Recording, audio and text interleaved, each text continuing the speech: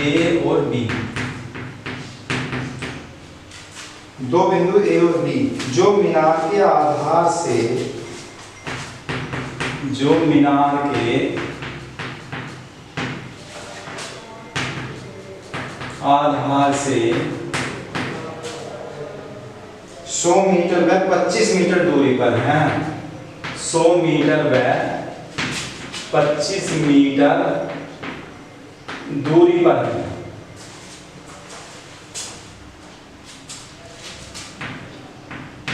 दूरी पर है। एक ही क्षैतिज रेखा में है। एक ही क्षैतिज रेखा में है।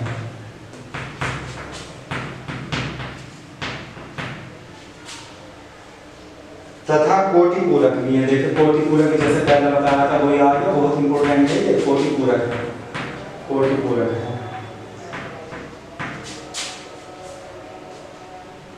तो कह रहा मीनार की ऊंचाई ज्ञात करो। मीनार की ऊंचाई ज्ञात कीजिए।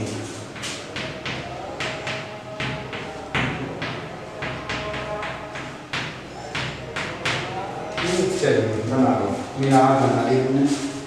ये यहाँ एक मीनार है, इधर भी बना सकते हैं। कोटि पूरक में बता ही दिया था आपको। ये कोटि पूरक हो जाता है। इनके नाम रखते हैं। ये थीटा कोटि पूरक है एक दूसरे के, वो कह रहे हैं कोटि पूरक तथा कोटि पूरक हैं। तो दोनों को हमने थीटा के मान लिए, दोनों थीटा थीटा रह गए। 90 माइनस थीटा, एक तो 90 माइनस थीटा माना था हमने, थीटा और इसे 90 माइनस थीटा, थीटा ये 90 माइनस थीटा, ऐसे तो मान लेते 90 माइनस थीटा। ठीक, ये एच मान ली मीनार की ऊंचाई, पी मान लो, क्यू मान लो, सही। ए मान लिया, इसे बी मान लिया।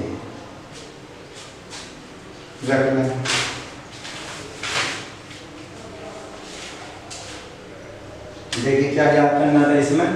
कोटि पूरक है तो मीनार की ऊंचाई आती है। दो बिंदु ए और बी, ठीक, ए और बी जो मीनार के आधार से 100 मीटर का 25 मीटर दूरी पर है। मीनार के आधार से 100 मीटर और 25 मीटर दूरी पर है। तो आप जो है 25 मीटर दे रखी है एक दूरी, तो इसकी ये तो 25 की दे रखी है, और दूसरी कितनी दे रखी थी इसमें? 25 के बाद में दे रखी थी कितनी? 100 मीटर। ये 100 मीटर है, यहाँ से यहाँ तक 100 मीटर है, ये 25 मीटर है। ठीक, कौन सा त्रिभुज ले लो? पी क्यू बी ले लो। लिख दो त्रिभुज पी क्यू बी, या पी क्यू बी लिख लो। पी क्यू बी में सही है। पी क्यू बी कहाँ बन गया हमारा? त्रिभुज, देखो त्रिभुज पी क्यू बी, ठीक, पी क्यू बी में tan कितना लेंगे हम?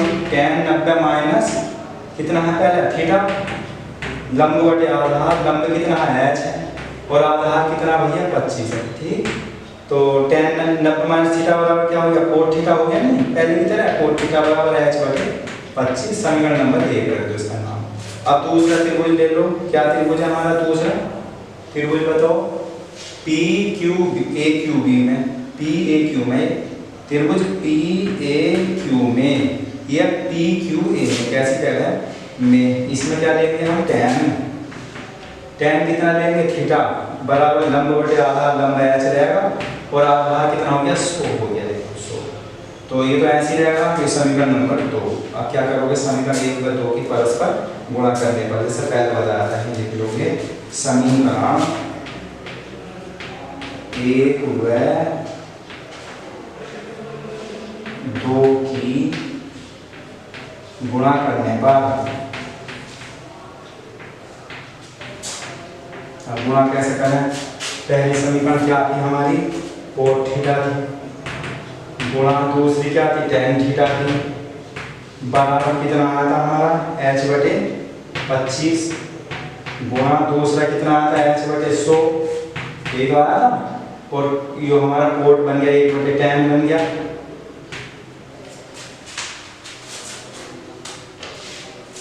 1/tan थीटा गुणा tan पहले से ही रखा था गुणा में, बराबर h गुणा h स्क्वायर हो गया 25 0 0 2500 आ जाएगा, ठीक 2500, tan से tan कट गया, यहाँ 1 बचा, बराबर h स्क्वायर बटे 2500, सही, मल्टीप्लाई कर दिया फिर इसकी h square is equal to कितना बच गया 2500, ठीक है। जब 2500 का वर्गमूल निकालोगे तो h इज इक्वल टू 25 का क्या होगा 5 और डबल 0 का 0, तो 50 मीटर जो है उसकी ऊंचाई आ जाएगी, इसकी मीनार की, तो वो कह रहा मीनार की ऊंचाई गिना दीजिए, मीनार की जो ऊंचाई है वो 50 मीटर आ जाएगी, ठीक है, 50 मीटर इसकी दे रखी है। अब अगला क्वेश्चन है, एक आध और देख लेंगे।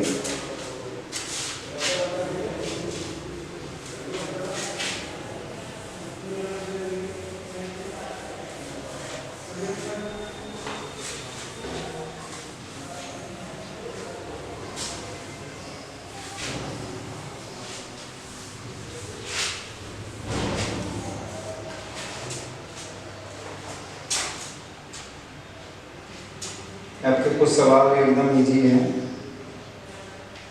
दिया है इन्होंने, एक सीढ़ी एक दीवार पर इस प्रकार रखी जाती है, एक सीढ़ी दीवार पर इस प्रकार रखी जाती है,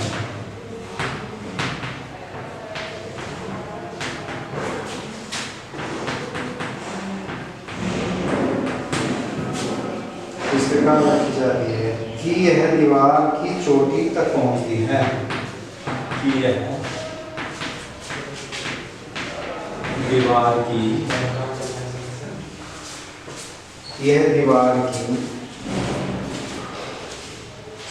चोटी तक पहुंचती है,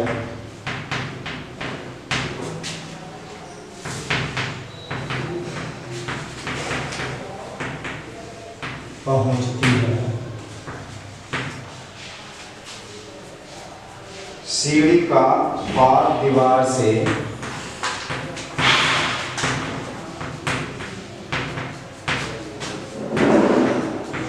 दीवार से 1.5 मीटर दूर है, 1.5 मीटर दूर है, ठीक, कह रहा है, और सीढ़ी जमीन से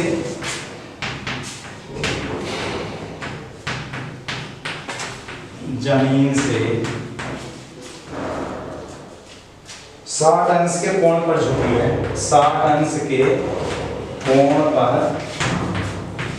झुकी है, तो क्या निकालना, दीवार की ऊंचाई ज्ञात करो, दीवार की ऊंचाई ज्ञात करो, बस ये क्वेश्चन हमारा, इसे कर लेंगे आंसर, देखिए कैसे करें इसे, चलिए समझिए।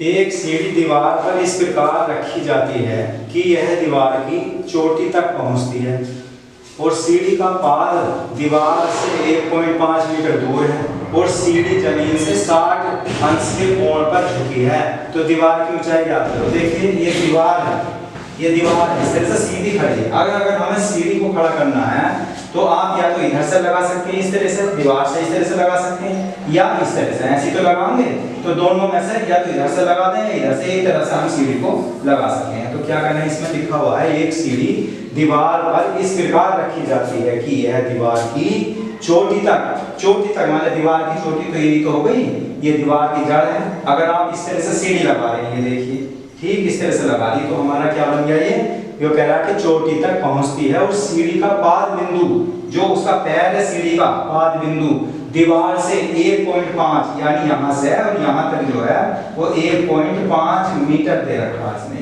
इसका नाम रख लो PQ, भी कुछ भी लिख दो, जो PQ हमने एक दीवार बना ली थी, ये चलो यहाँ रख लो, दीवार से 1.5 मीटर दूर है और सीढ़ी जमीन से 60 अंश का कोण बना ली, जमीन से 60 अंश का कोण बना ली है, ठीक 60 अंश के कोण पर झुकी है, सही है। तो दीवार क्या करना, दीवार की ऊंचाई ज्ञात करनी, इसे ऐसे मान लेंगे, तो ये दीवार की ऊंचाई ज्ञात करने के लिए अब क्या करना है, सबसे पहले त्रिभुज ले लो PAQ में, सही है, PAQ में।